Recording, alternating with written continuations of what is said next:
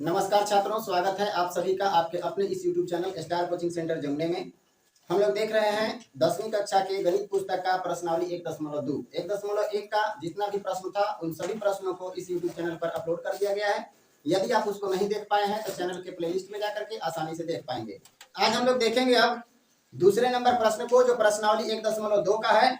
इसमें कहता है पूर्णांकों के निम्नलिखित युग्मों के HCF और LCM ज्ञात कीजिए तथा इसकी जांच कीजिए कि दो संख्याओं का गुणनफल HCF गुने LCM है। मतलब LCM और HCF ज्ञात करना है, लघुत्तम और महत्तम ज्ञात करना है, लसा और मसा ज्ञात करना है। ठीक है, लसा मसा को ही LCM HCF कहा जाता है या फिर लघुत्तम समापवर्त और महत्तम समापवर्तक बोला जाता है। कोई दिक्कत है किसी को?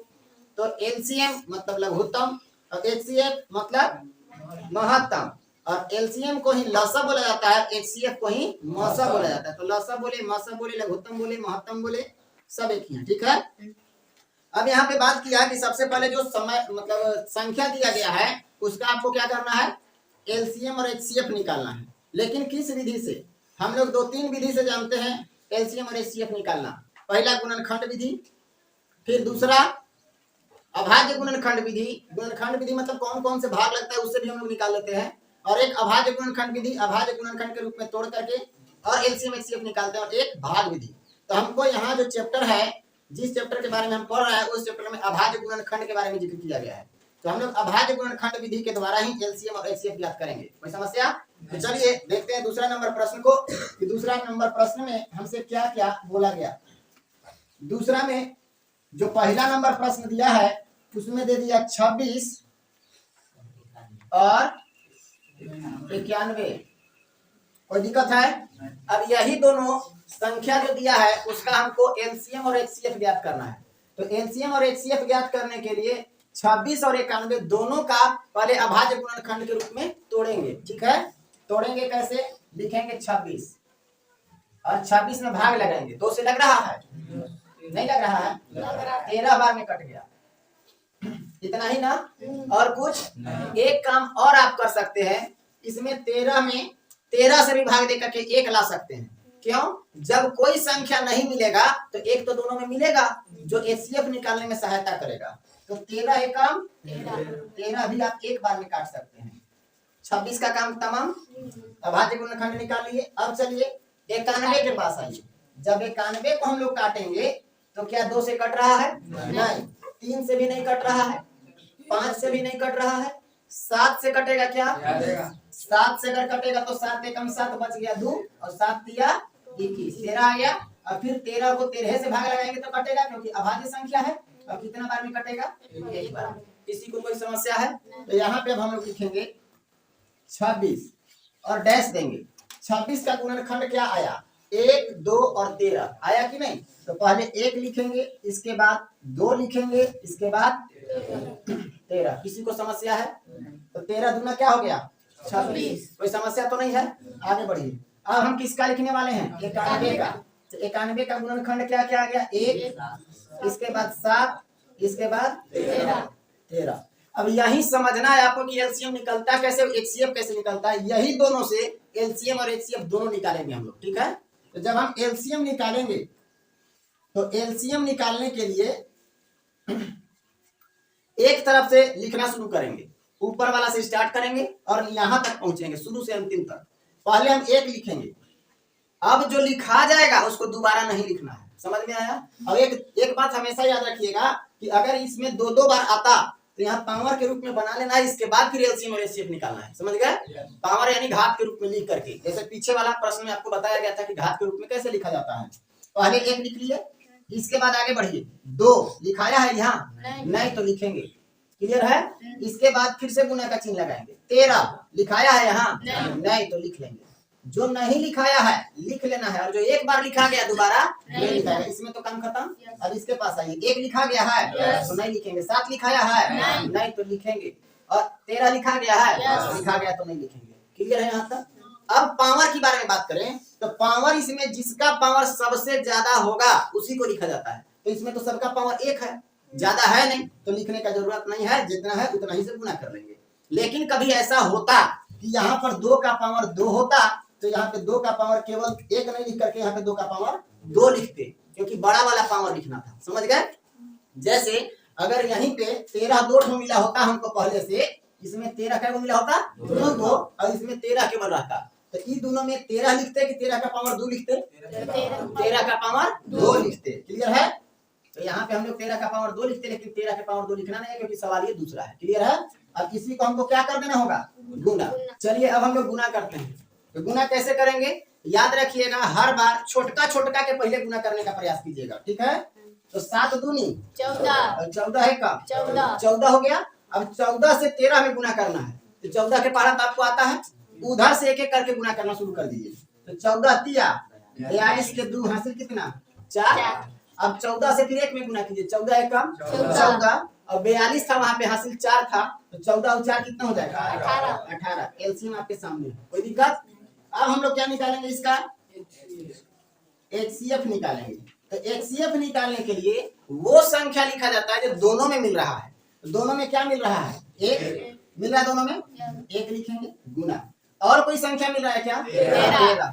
और कोई संख्या तो नहीं मिल रहा है। तो 1 और 13 अगर मिला तो इसमें सबसे छोटा वाला पावर लिखा जाता है। एचसीएफ में छोटका पावर लिखा जाता है और एलसीएम में बड़ा पावर लिखा जाता है। क्लियर है। तो इसमें तो सबका पावर बराबर है, तो 13 का पावर यहाँ भी 1 और यहाँ भी 1, तो 1 है तो अंतर नहीं है, दोनों में से कोई भी लिख सकते हैं। तो यहाँ पे 13 का 13 लिखेंगे, कोई दिक्कत। अब इसको गुना कर लीजिए, तो कितना आ जाएगा 13 है कम 13। अब आपसे सवाल में ये कहा कि ये जो एलसीएम और एचसीएफ आप लाए हैं उसको जांचिए कि क्या सच में एलसीएम और एचसीएफ सही है। मतलब एलसीएम निकाले और एचसीएफ निकाले, उसका मान आपका सही आ रहा है, तो उसके लिए एक तरीका है, क्या है, जांचने करके लिखते हैं। हम लिखेंगे जांच, या फिर इसी को आप लिख सकते हैं सत्यापन, सत्यापित करने की बात, ठीक है। तो इसमें एक सूत्र होता है एल, या ऐसे समझिए पहली संख्या